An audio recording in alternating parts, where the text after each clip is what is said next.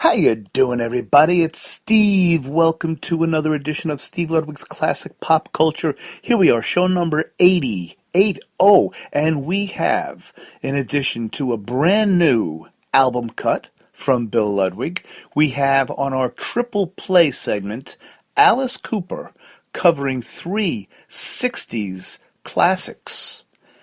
And in our flashback segment, we are going to be listening to our interview with the legendary Melanie. But first, let's get ready to rumble! But first, let me take a selfie.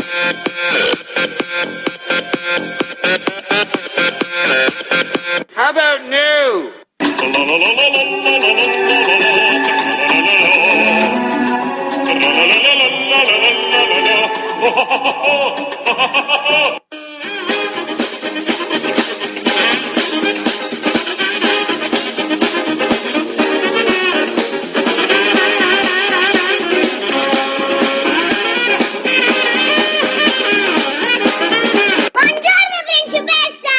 Allow myself to introduce myself.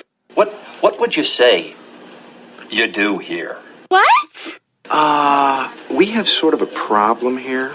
Yeah, you apparently didn't put one of the new cover sheets on your TPS reports. I apologize for nothing. Good. We can finally start the big meeting. Dottie, Chuck. Let's begin, shall we? Shall we?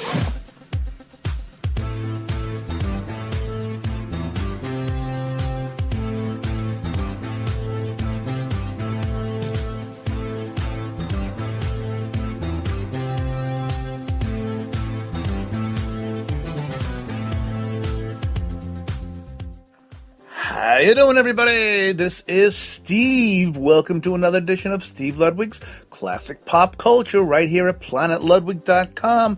Welcome to edition number 80, everybody. And this show, we have Bill Ludwig's album cut, a brand new album cut. We have in our triple play segment, Alice Cooper, the Alice Cooper, covering three 60s classics, Alice Cooper. That's later on in the show. And in our flashback segment, we're going to flash back to last year when we interviewed the legendary Queen of Woodstock, Melanie Safka. We will be speaking with Melanie later on in the show. But before that, everybody, first of all, of course, thank you for listening in, and I want to remind all of you, please like us on Facebook. You know we love you guys. All we want is a little like back. I love you. Yes, I know, yes, but we love you guys. But like us back on Facebook. Steve Ludwig's Classic Pop Culture, that's our page there. Follow us on Twitter at Ludguy, Ludguy. Follow us on Instagram, Planet_Ludwig. That's where we post all the cool pictures and stuff like that.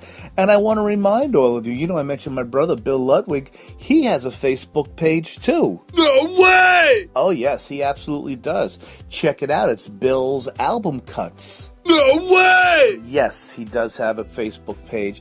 And what Bill does is he posts other songs and videos that we don't do on this show. It's very cool. Bill's Album Cuts, because He the man! he definitely is the man. And guys, please download our free mobile app, Planet Ludwig. Just go to your app store, search for Planet Ludwig, and you can take us wherever you like. And you can also listen to us in addition to right here at planetludwig.com, you can listen to us on Spreaker, Stitcher, iTunes, free download, TuneIn Radio. It's all on the homepage right here at planetludwig.com, all that information. And hey, if you feel like reading, I wrote a book. Ring-a-ding-ding! All right, you see now, that's very sarcastic, but I did. I wrote a book about my open heart, quintuple open heart bypass surgery. And believe it or not, it is a comic view of my open heart surgery. It's called See You and CCU, a lighthearted tale of my open heart surgery. You can get it right here at the website, or if you want the ebook version, just go to Amazon.com or BarnesandNoble.com, and you can get the ebook version of that, okay? Ring-a-ding-ding! Blah, blah, blah. Yippee! All right, you're all just mocking me now about this book, but I'll tell you something else. I have my second book coming out very shortly, within maybe a month or two. And in that book, we talk about the Beatles. We talk about playing high school football. We talk about losing a pet, things like that. Things we can all definitely relate to. And that book's going to be called Surviving Life and Stupid Puns. Good gravy. Yeah. Anyway, why don't we get right to it, everybody? We're going to first go with Bill Ludwig with Bill's album cuts, and then we're going to go into our interview with Melanie, okay? So let's get to it. Bill's album cuts, everybody. And now for something completely different.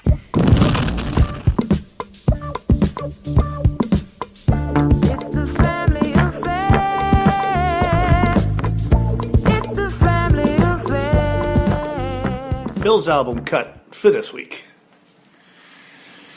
Everybody, this week I thought I'd feature a Brit from the other side of the pond that is very popular in Europe and Great Britain, but in the United States is virtually unknown. This gentleman plays anything from pop to progressive to psychedelic sometimes. He has done 37 singles from 1973 to 2010. He's released 16 albums under his own name, plus his group's name, and there have been 10 compilations. He's, like I say, he's very popular in Europe and the UK, but virtually unknown here. His name is Steve Harley, and the band he's with is Steve Harley and Cockney Rebel. And the cut I'm going to play today is from an album from 1976 called Timeless Flight. Harley was a big fan of T.S. Eliot and Bob Dylan, two of my favorites as well.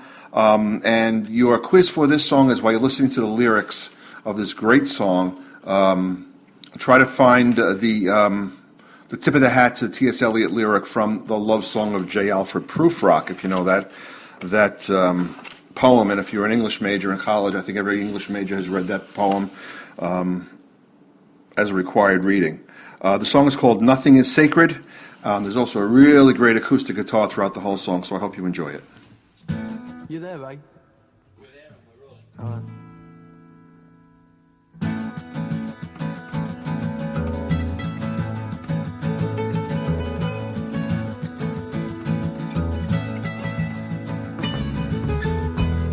As the sun was coming up on the Danube, the hotel room was alive.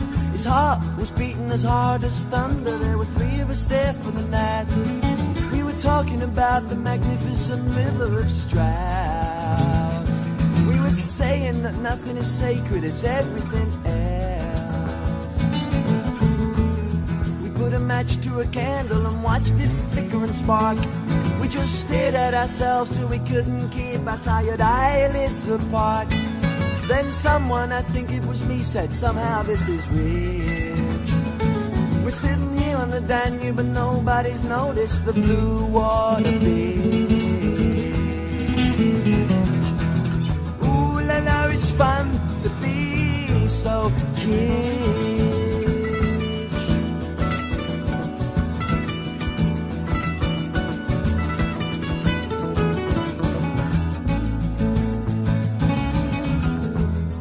We went out to the balcony, the Danube, a glorious flame. We took Polaroid pictures and swore that we're never again gonna be the same. It was a moment when nothing was stirring save these two and me. And the clouds were beginning to gather and crash overhead from the glorious sea. We swayed to and fro and talked of Michelangelo and of how there was too much beauty here to take in one go. And from a corner a tap on the door put the room in a flood. There was God in my mind, but the problem was water, not blood. Ooh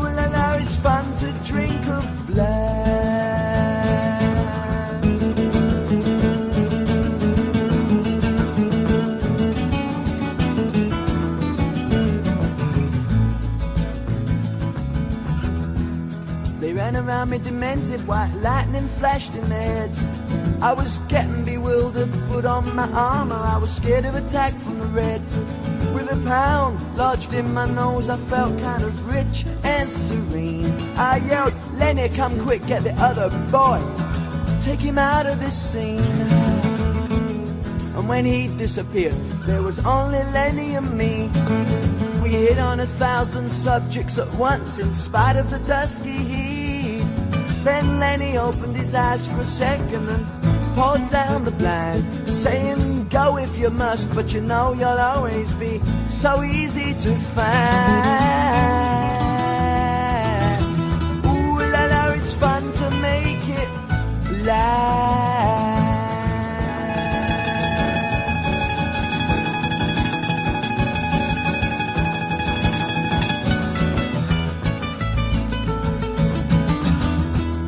We heard Phaedra speak of the Philistines of Paris, and she talked to herself like a parasite, so we both struggled free. I said, Zizi Jamais wouldn't take this, and neither will we.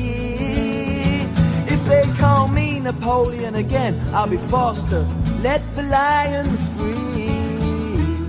I'll tell down all that paper walls they had behind. I'll be damned if I'll take much more of this. I'm beginning to see the signs. Then I glanced at Lenny and saw that my confidant was beginning to jest. Well, he came out of my subconscious, and that's where I put him away to rest. Ooh, ooh la la, it's so fun to be depressed.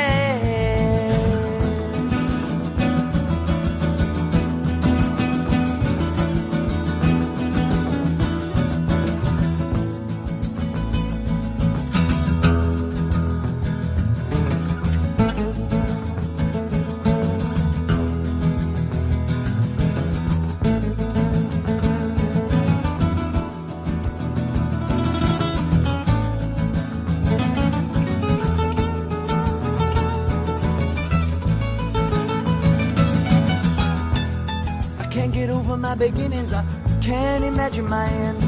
I want to escape this wilderness I'm living in, wanna be somebody's friend. I could do with a little peace, oh Lord, and my heart cries out for love. But to realize all of one's fantasies has just gotta be too much. Ooh, it's such fun to have the time.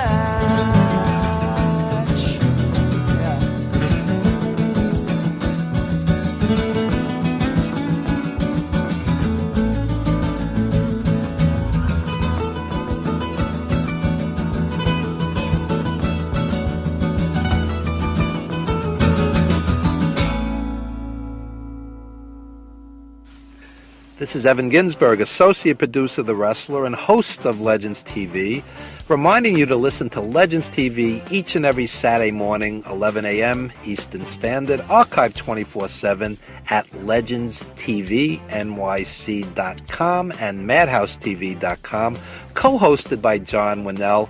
And when I'm in a particularly gracious mood, we also allow Steve Ludwig of Classic Pop Culture to co-host as well. Evan Ginsberg, Legends TV, Saturdays, 11 a.m., legendstvnyc.com. Join us for the best in pop culture.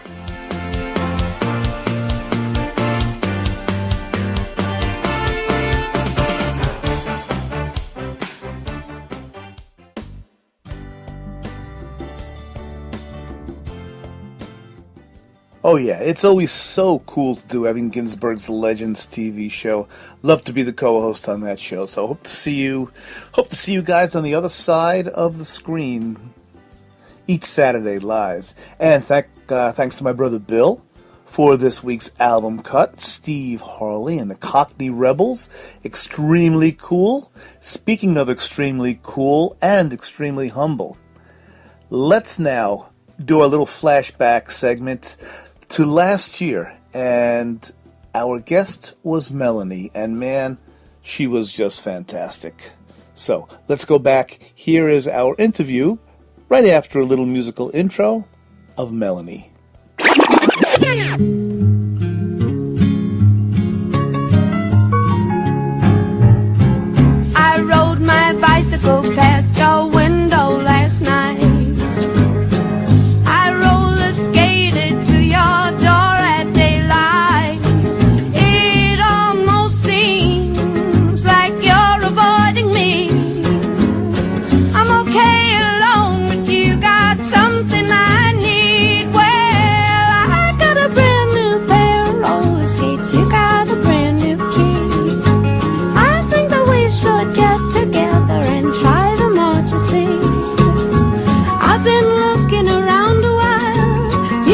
something for me? Oh, I got a brand new pair of roller skates. You got a brand new key. I ride my bike, I roller skate, don't drive no car. Don't go too fast, but I go pretty far. For somebody who don't drive, I've been all around the world. Some people say I done all right for a girl. Oh yeah, yeah. Oh yeah, yeah, yeah. Oh yeah, yeah, yeah. Oh yeah, yeah, yeah.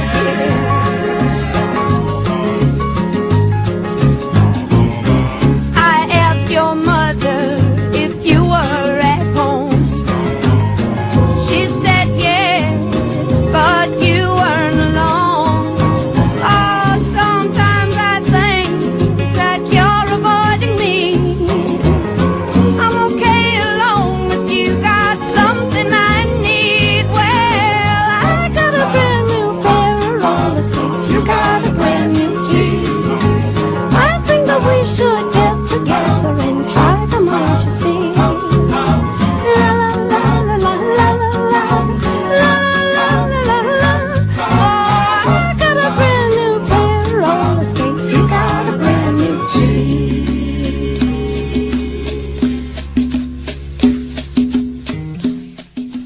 The one and only legendary Melanie Safka. Melanie, welcome to the show. It's a pleasure to speak with you.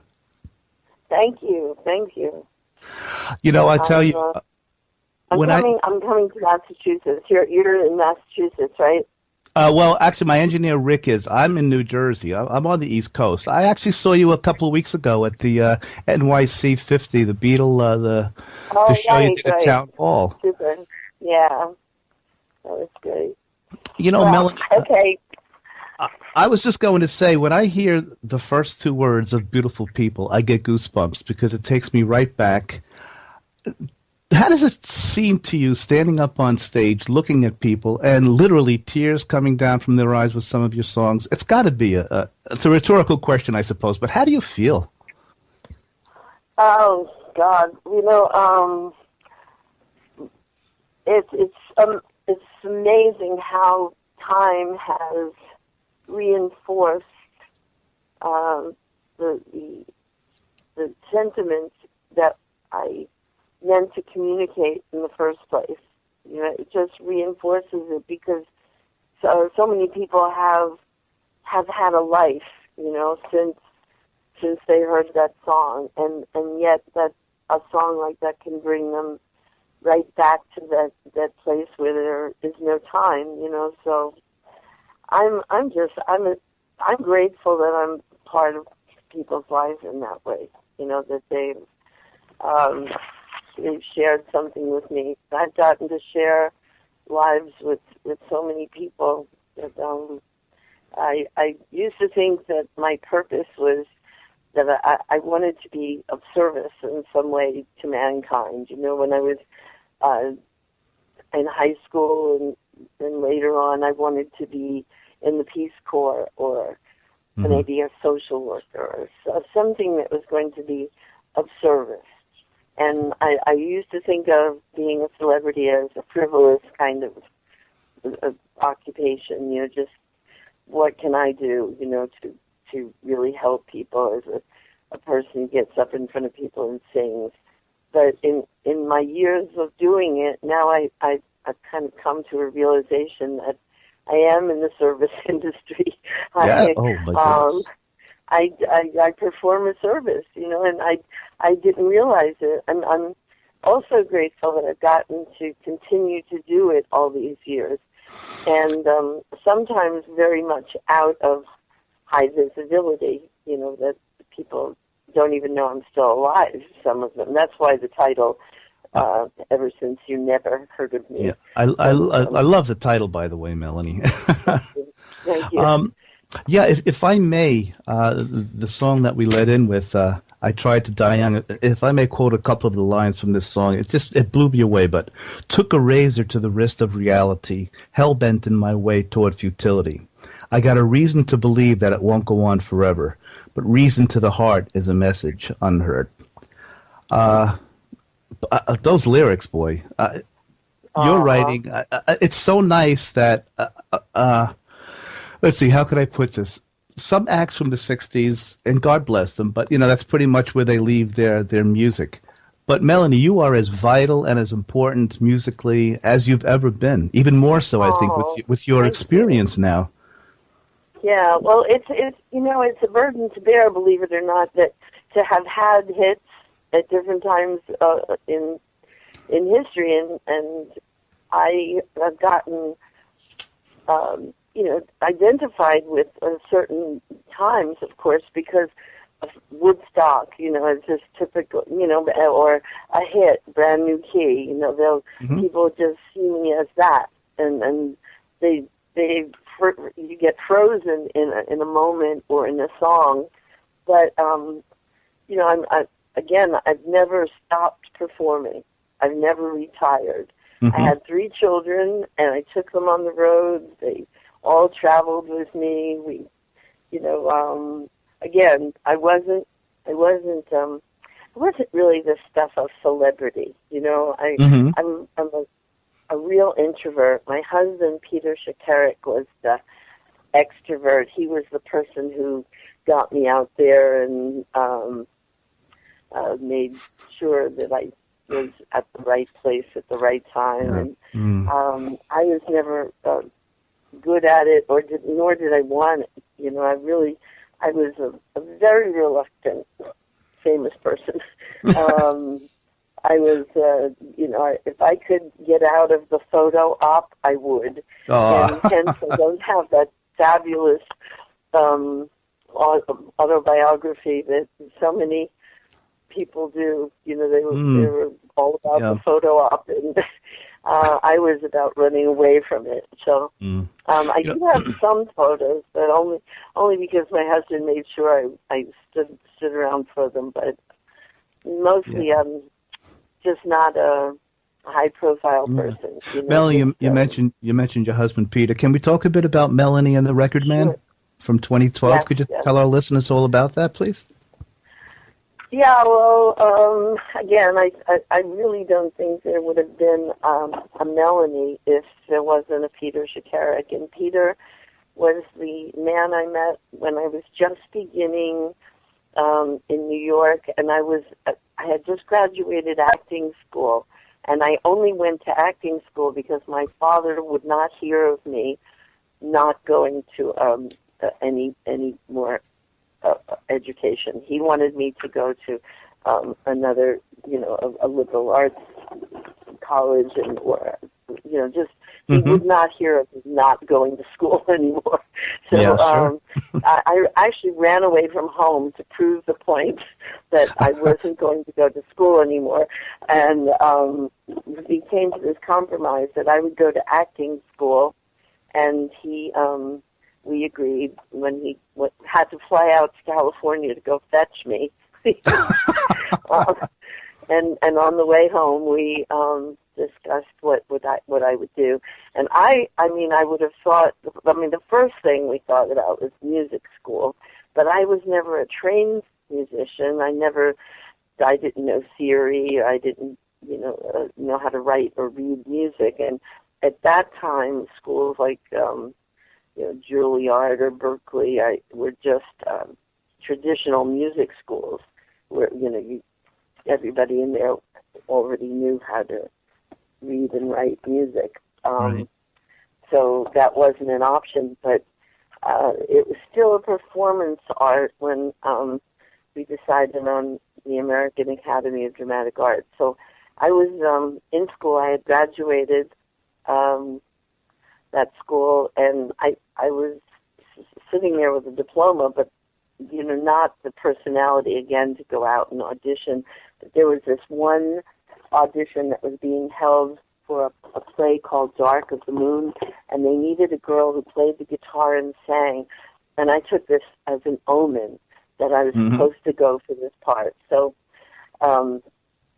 on pain of death, I went to this audition. I made myself do it because I sensed that I was supposed to be there. And through sequence of events, I met my husband, who was a bigger than life, very charismatic, highly energetic.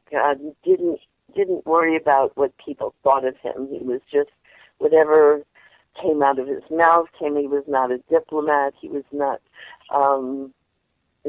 careful about his presence. He was spoke his mind, flamboyant, and you got what it was what it was. So and I loved that about him. But he was again, he saw something in me that I didn't see. And he saw that I was going to become Melanie, and again, we were so odd. We were the original odd couple. I mean, he was he was a self-taught, street smart guy. He was a refugee. His parents came over as refugees, and they came to Ellis Island, and they were had to fight and scrape, and they lived that they believed in that American dream, and that's where my background was totally. I guess most everybody in my family was very left, and they were union. My uncle became vice president of the teachers union, and my grandmother was a ladies garment workers union person. It was always very, you don't show what you have. That the underlying philosophy is that you're cautious. It's the wheat that grows highest is always cut down. So you just don't show. You're not a showy person. My husband was the absolute opposite. It couldn't be any more opposite. Talk about balancing one another, Melanie, right? Rubbed everybody on my leftist side of the family as wrong, wrong. And I would always know it. Like he'd come into a room with my mom and my uncle and grandmother, and he said, "Guess what? Melanie's got a #1 record, isn't it?" And everybody would be kind of like, "So." Boy, bringing you right back down to earth, huh? Right. Well, I mean, I had the luck and to live both worlds, and see both perspectives.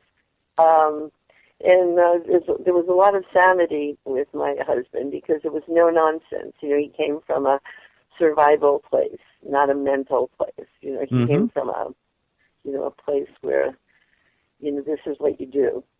And, pretty concrete.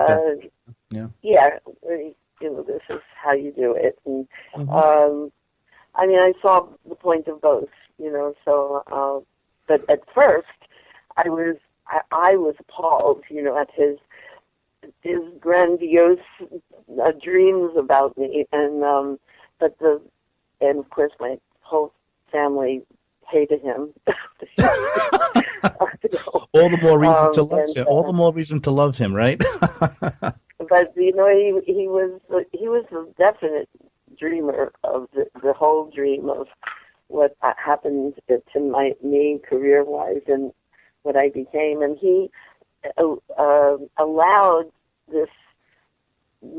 me to create and not ever think about the business or creating, doing anything other than what I did, was just writing and singing. And he wanted me to write a book, and I would always say, I can't get the order right. I've never, and then I wrote, kind of thing. And he said, just write it. And the last tour we went on together, he gave me a leather-bound journal, and he said, just start writing. Just put it in any kind of order. We'll worry about the order later. We'll fix it later, So as was his way, just do it. Right, sure.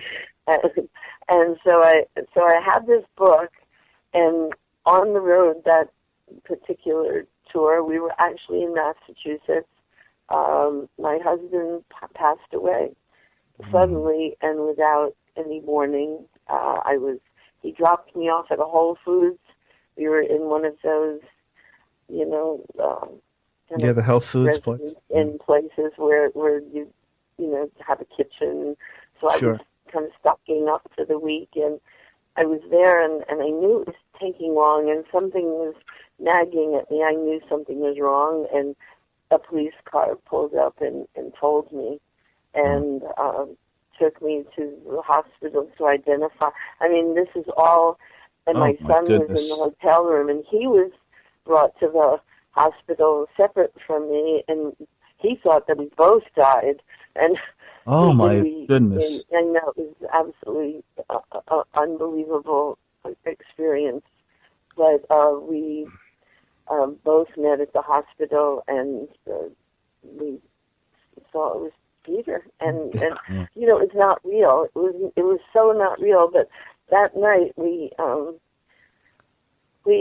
felt we made contact with him. It was autumn. It was this beautiful wind in the air, and felt we could feel his presence. And I went up to my room and I looked at that book that he had given me, which was still empty, and I started to write. And I said, because this really isn't my story. This is our story. And I started. The first line was, "Sometimes you don't know you have a story until it has an end." Oh boy, what a way to start! Oh, what an opening! That's beautiful. So that's how the play starts, and then we go back and retrace our life together. Which, again, because we were so opposite, that's where it gets interesting. Yeah. Well, he was a total gambler. I mean, my first session was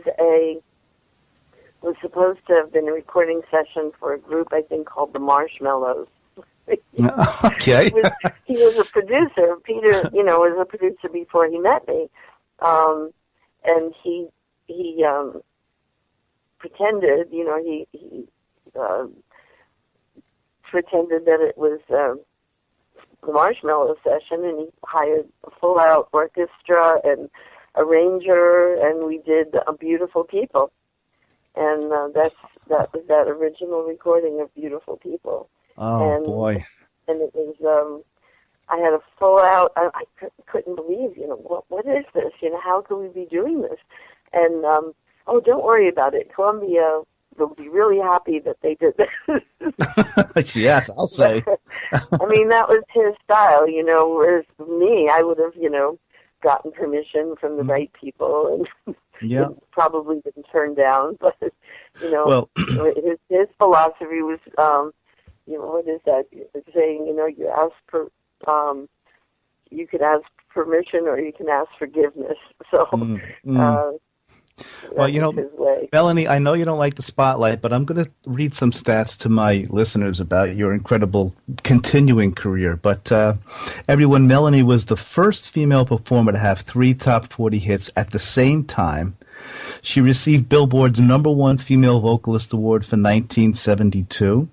She won an Emmy Award for the TV series Beauty and the Beast. Her songs have been covered from everyone by everyone from Nina Simone to Miley Cyrus, Dionne, Bjork, Martha Hoople, Cher, Dolly Parton, Macy Gray, the New Seekers, countless others. And as I mentioned at the top of the interview, Melanie's latest CD, Ever Since You Never Heard of Me, it's available at melaniesafka.com. And of course, everyone, SAFKA is Melanie's last name, Melanie Safka. Melanie, you mentioned about the writing the play, and just the liner notes of your CD of you, Ever Since You Never Heard of Me. You wrote such great liner notes. What about like a full-fledged book in this time? Yeah, I have again. I wrote a book following my husband's passing, and it's Oh, I'm sorry. I thought that's what the play was based. no, but I My didn't mistake. put it out as a book. We did it as a musical, Mhm. and that was the avenue that opened up to me. But I have a book that I wrote that hasn't been published. I have it. It's but that it's a different perspective.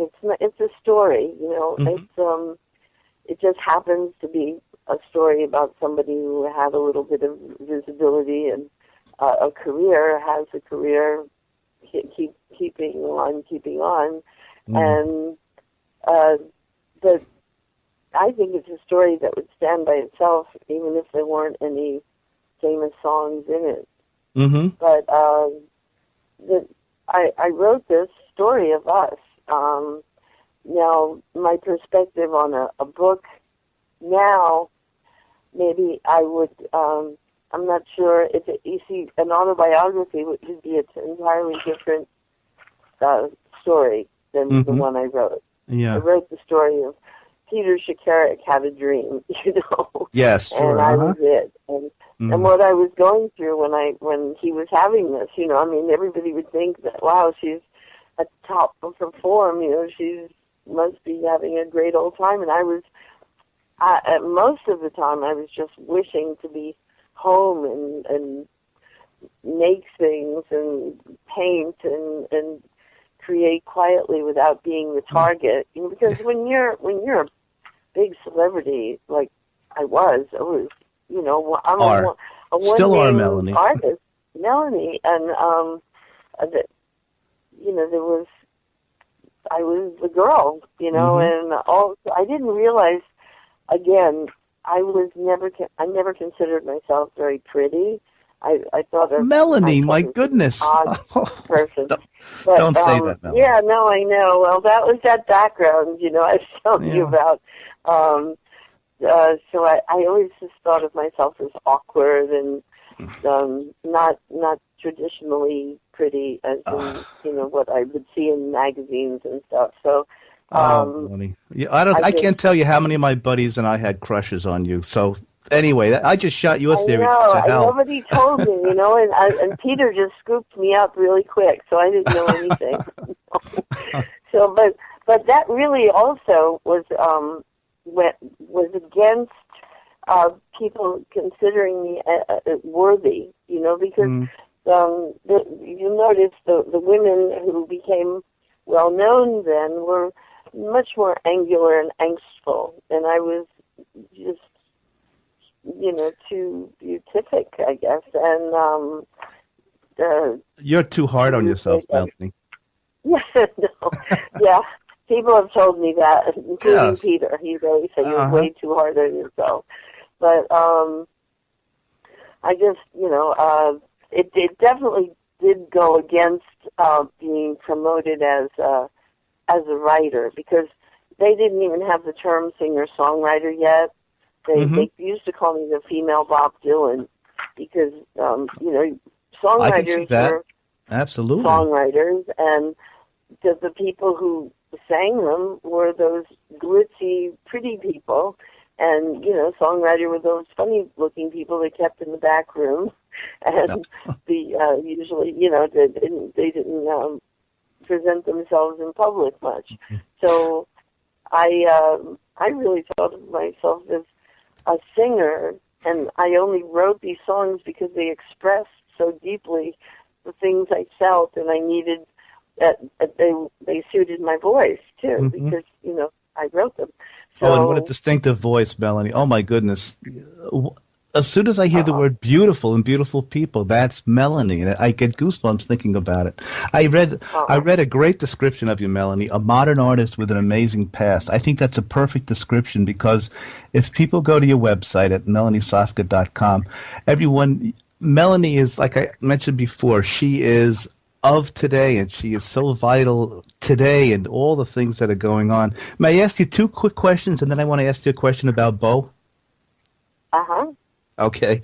Isle of Wight and Woodstock, which, in your mind, was the better to be at?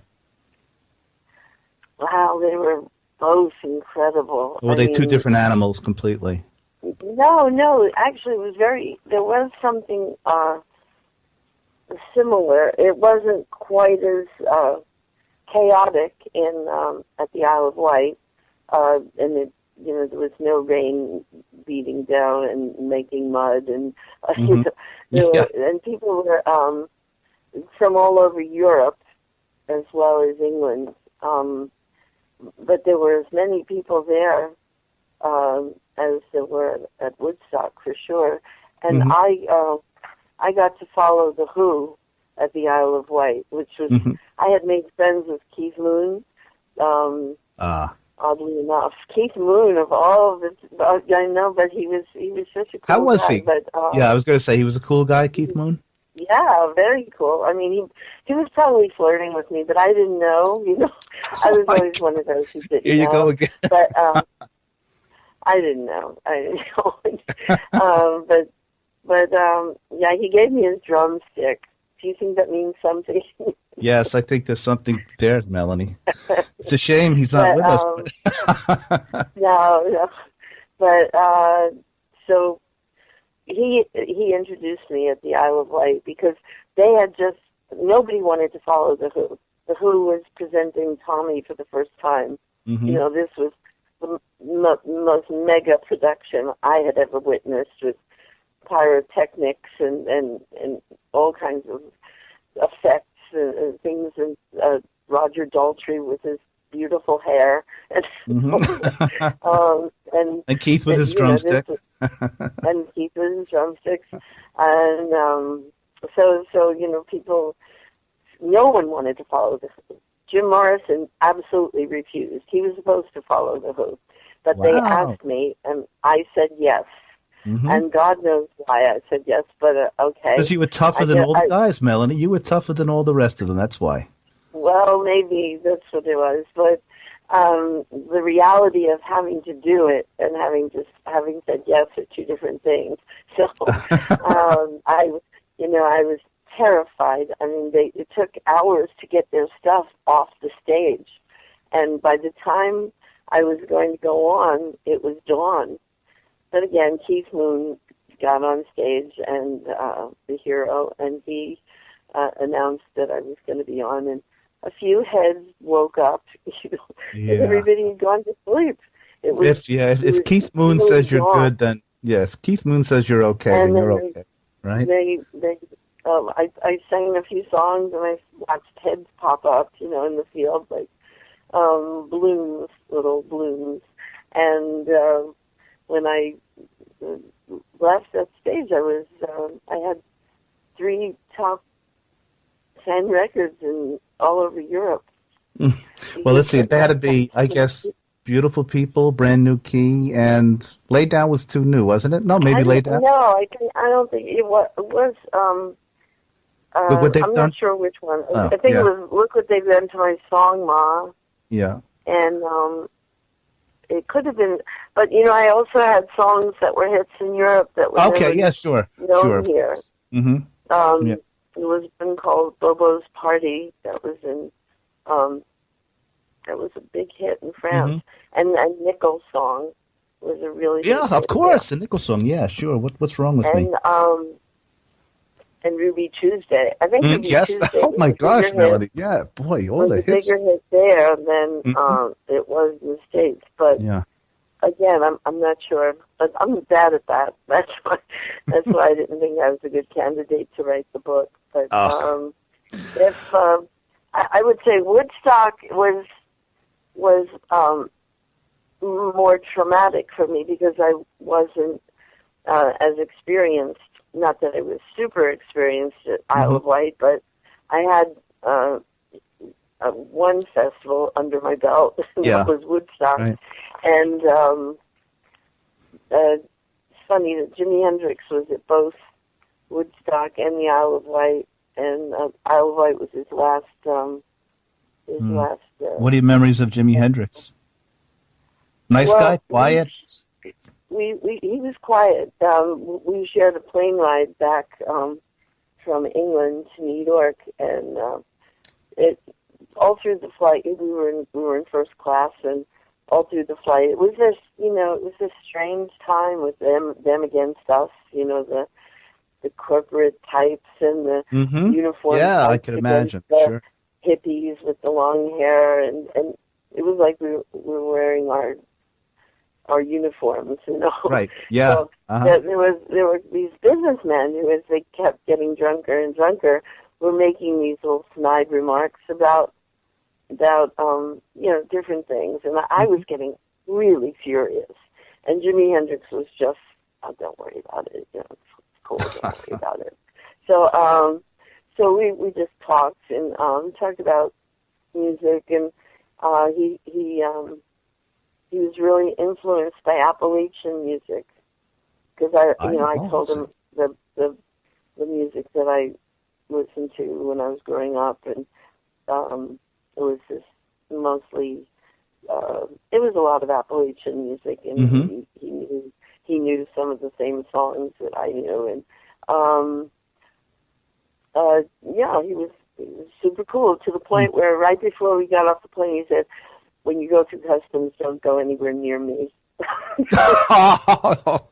Looking out for you. Yeah. That's funny. Well, Melanie, customs was such a ritual, because they're always, they're waiting for the drugs to come in. yeah, of course, right. And he was nice enough to tell you, stay away from me. You don't want to be going through customs with me. Oh, that's a great one. Melanie, I saw, like I mentioned, I saw you a couple of weeks ago in New York, and I actually saw you a few years ago at Hippie Fest. And your son, Bo, I know all three of your children are musical, but your son, Bo, I mean, you ain't too bad yourself on the guitar, but he is some guitar player. Oh, he's a real guitarist. Did you teach him? He's played all over the world. Well, I taught him 3 chords, He just took it and ran, he's played concert guitar all over the world, solo, and he's just really, I'm in awe. I don't know, he's completely self-taught, which is the other phenomenal thing, that he's a counterpoint person. That's why it's so much fun to write with him, because my melodies are very harmonic and simple, but he hears all these counterpoints, and it just expands the melody. So, we've been working together as co-writers for a while, and he's just, but what he adds to the music is just beyond what I could describe, and he as my band, he is my band. He is a full-out band. It is something to be experienced. Oh my goodness, are you ever so right about that? I don't want to forget your 2 other children. They're musical as well. Would you tell us about my girls? The girls, they were the ones who went on the road with me. I just they were, and Bo too, of course. He went on the road with me, but somehow I think they had a harder life. I think they had a little more of the classic rock star person's children's life. They were left home. They were left behind. They had to spend birthdays away from mom, and different. It was a harder road for them. But they loved music, and they would always, like when we were in the studio, they would play. They were in the recording studio. They would be the engineer, and they would be the singer, and they would take turns changing roles, and it was just in them. They always made up songs, and they always sang together, and when we all sing together, we're like a full-out chorus, I can imagine. Oh my gosh, but, yeah. Life, everybody lives their life, and Jordy's in Arizona. She plays out almost every night, and Layla is in Tennessee, right near me. She writes. She's a writer. She writes with different people, and she's in that Nashville writing thing. And I'm just, I mean, my dream is that we could all go on the road together. That would be. Would that be wonderful, ideal. boy? Yeah. Yeah. Well, Melanie, I have to tell you, through your music, I have loved you through your lyrics since the 60s. I'm a child of the 60s myself, and I cannot thank you enough. I can't even articulate to you what it's meant to talk to you and for you to give me some time tonight. I wanted to say goodbye to you with another song from Ever Since You Never Heard of Me, Working Legend, which to me, I know it's about Johnny Cash, but boy, it perfectly fits you as well. Can you tell us, can you lead us into the song and tell us about Working Legend? Yeah, well, it is about me, and I just used Johnny Cash as a way to put that across, because I think he had can't fool me, Melanie. that sort of maverick thing, going, and he went against so much of what was supposed to be, and that is why he's as vital now as he was, when he was in his prime. And I made up all that stuff, but I want to tell you, in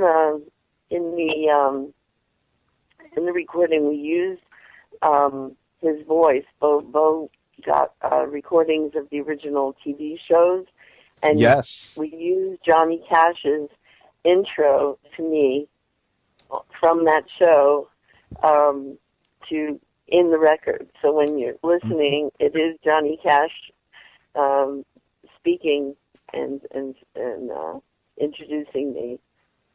So I just did Johnny Cash's birthday tribute down here in Nashville at the Johnny Cash Museum, and I got to meet the rest of the Cash family, and it was quite an honor. Yeah. I was going to say, this is a rhetorical question, but he must have been an amazing man, right? I mean, the whole family, the whole. Yeah, well, he was a quiet person. He wasn't he wasn't the one out there cracking jokes. And, I mean, maybe with his band he did, but he wasn't like he was a quiet person. He really was a quiet person, and but he apparently really thought something. I was on the show twice. Yeah, so, there's a couple. People can see it on YouTube, Melanie. Yeah, there's a couple clips on YouTube of you on the show. Yeah. So he really. I felt. I didn't even know that country was. I was a New Yorker, so I didn't know anything about country music. So when I first got asked to go on, I'm thinking, what am I going to do there? But really, a lot of my music does have a country, or at least Americana, lilt to it. Although the Americana community hasn't quite embraced me, I kind of invented Americana. I don't know what that means exactly, because I don't really know what Americana means, but I know it's ever changing. I'm sure. It can't pass for pop. Let's throw it under the Americana umbrella. Right. Yeah. Well, Melanie, so, I just wanted to say thank you so much. I like I said just a couple of minutes ago, I can't.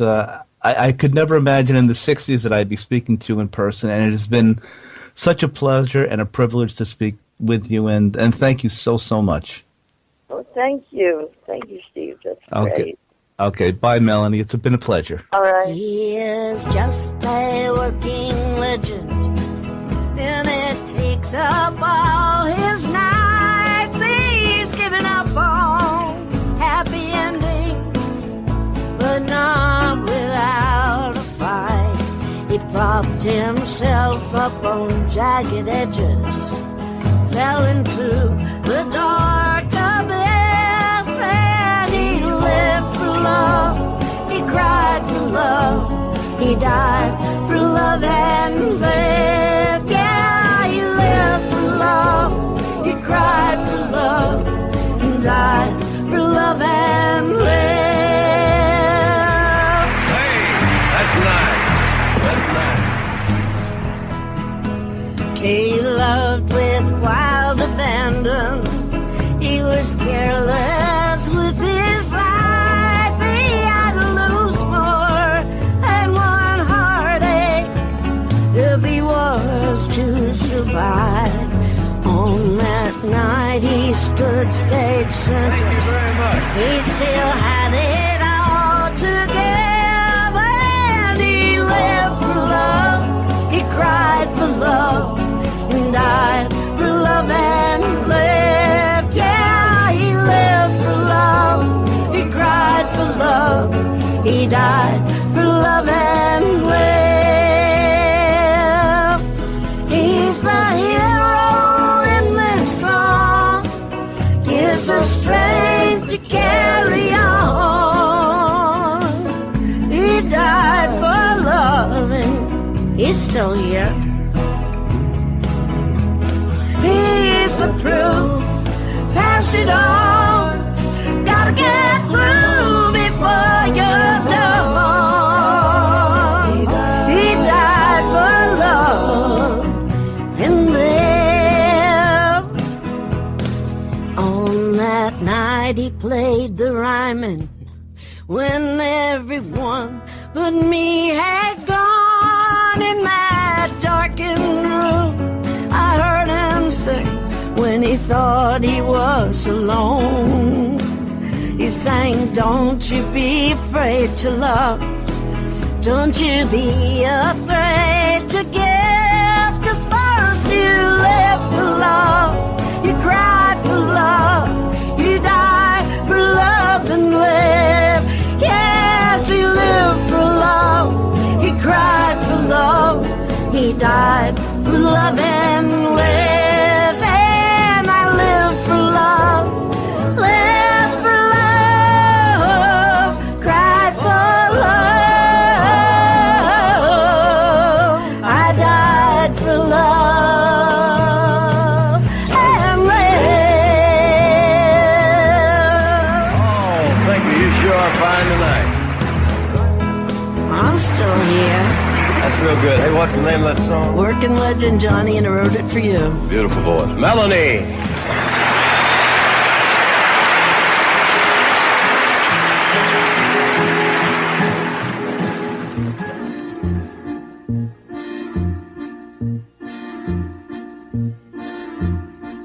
Look what they done to my song, Mom.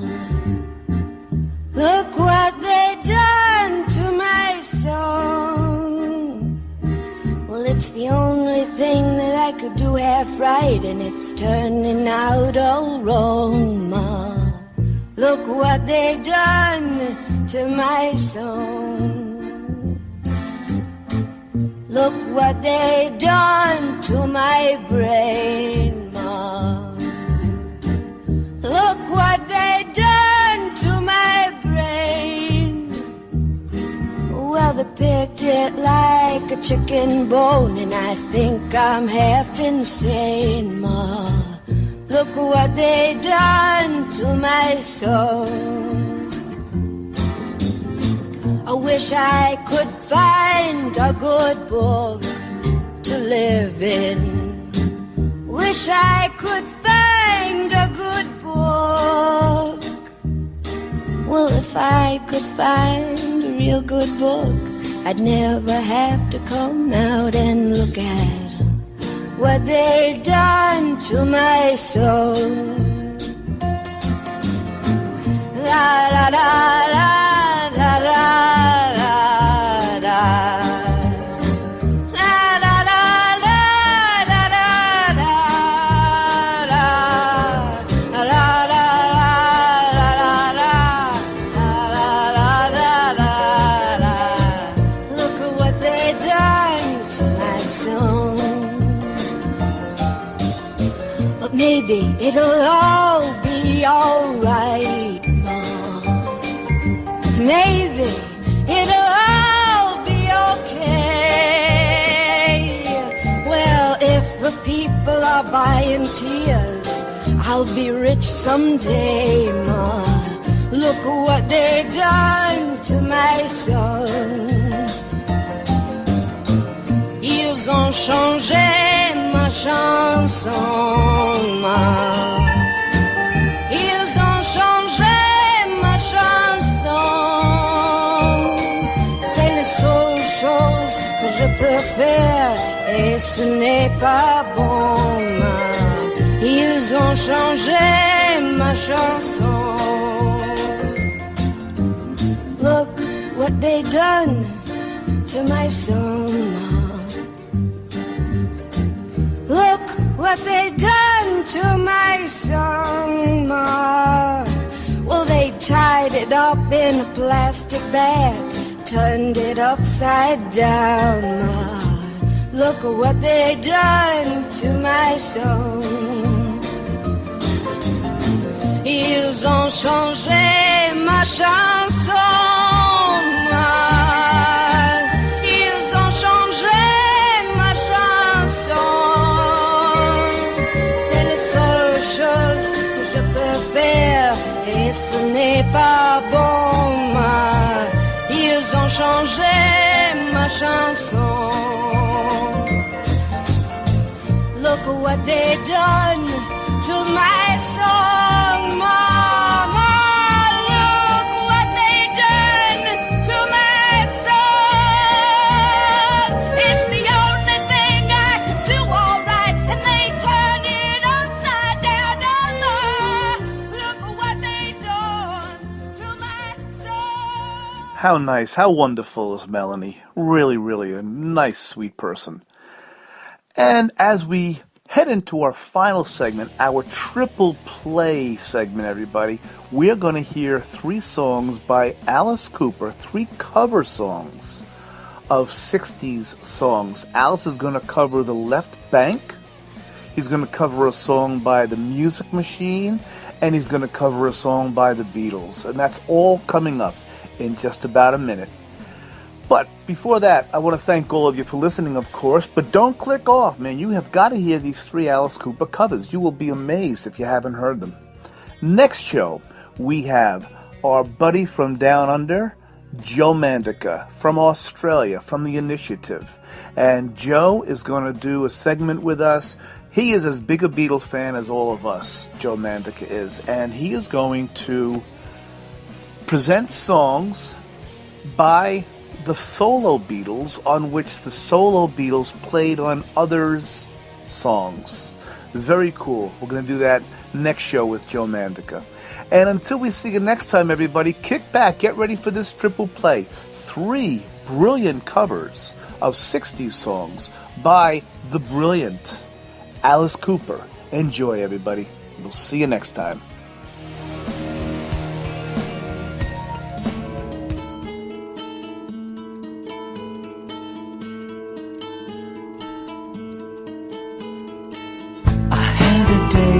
A pretty ballerina, her hair so brilliant that it hurt my eyes. I asked her for this dance and then she obliged me. Was I surprised? Yeah. Was I surprised? No, not at all. I called her yesterday, it should have been tomorrow. Keep the joy that was inside. I begged for her to tell me if she really loved me. Somewhere a mountain is moving, afraid it's moving.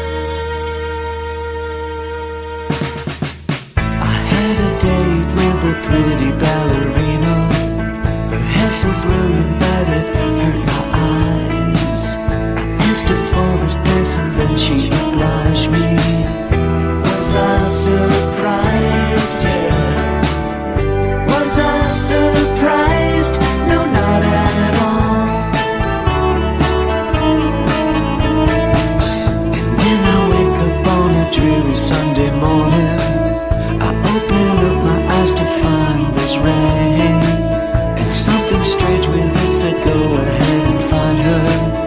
Just close your eyes, yeah. Just close your eyes, and she'll be there. She'll be there. She'll be there. She'll be there. She'll be there. She's there. She's there. Oh, she's there.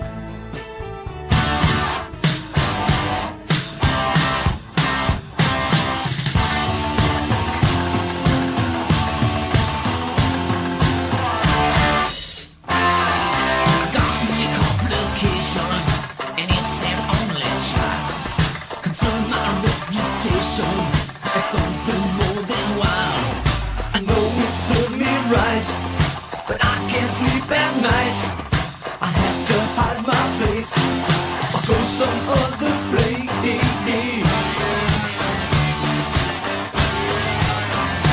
No, I won't cry out for justice. Admit that I was wrong.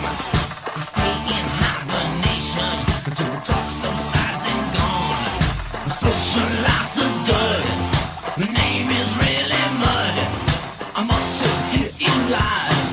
I guess I'm down to size.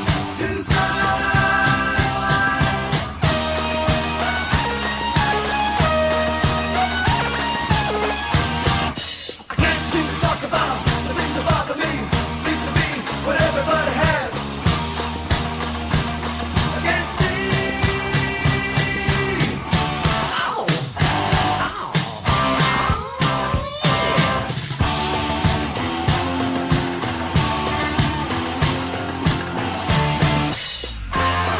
Now here's my situation and how it really stands. I'm out of circulation. I've all but washed my hands. My social life's a dud. My name is really mud. I'm up to getting lies. I guess I'm down to size. To size.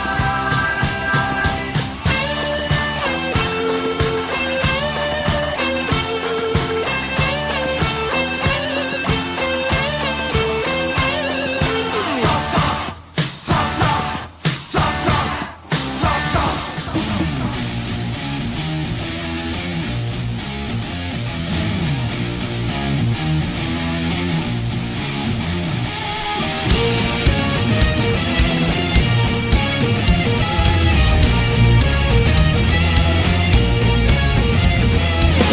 Sheepdog, standing in the rain. Bullfrog, doing it again. Some kind of happiness is measured out in miles. What makes you think you're something special when you smile? Childlike, no one understands. Jackknife in your sweaty hands. Some kind of innocence is measured out in years. You don't know what it's like to listen to your fears. You can talk to me. You can talk to me. Yeah, you can talk to me. If you're lonely, you can talk to me.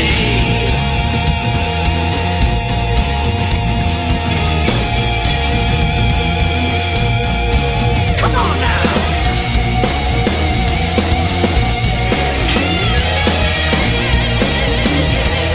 Come on, come on, come on.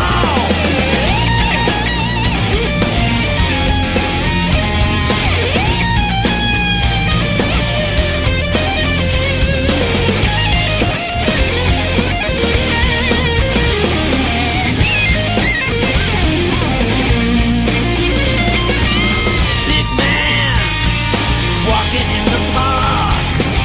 Wigwam, you're frightened of the dark. Some kind of solitude is measured out in you. You think you know me, but you haven't got a clue, do you? You can talk to me. You can talk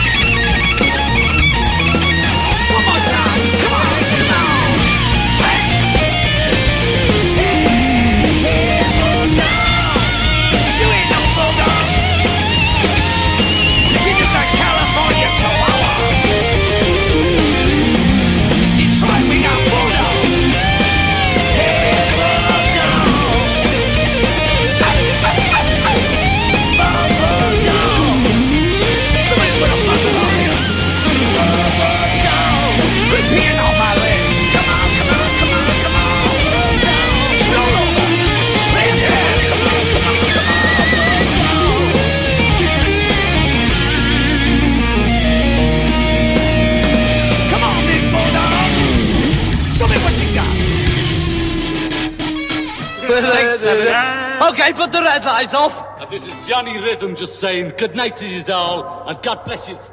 All right, well, that's got it done then. What are we going to do now? Has he turned it off? I think he has. Have you turned it off, lad? Hey, Basher. And they're still the same. Turned it off, Basher.